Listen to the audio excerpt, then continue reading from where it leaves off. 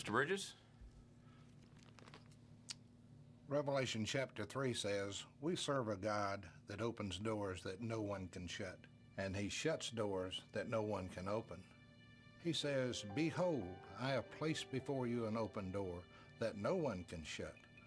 I know you have a little strength, yet you have kept my word and have not denied my name."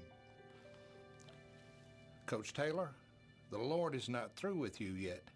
You still have an open door here. And until the Lord moves you, you're to bloom right where you're planted. I just felt led to come and tell you that today.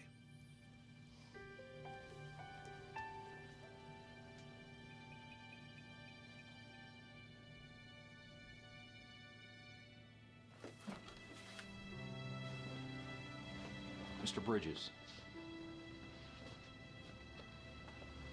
you believe God told you to come tell me that?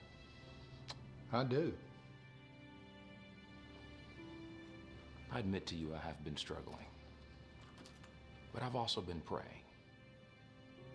I just don't see him at work here.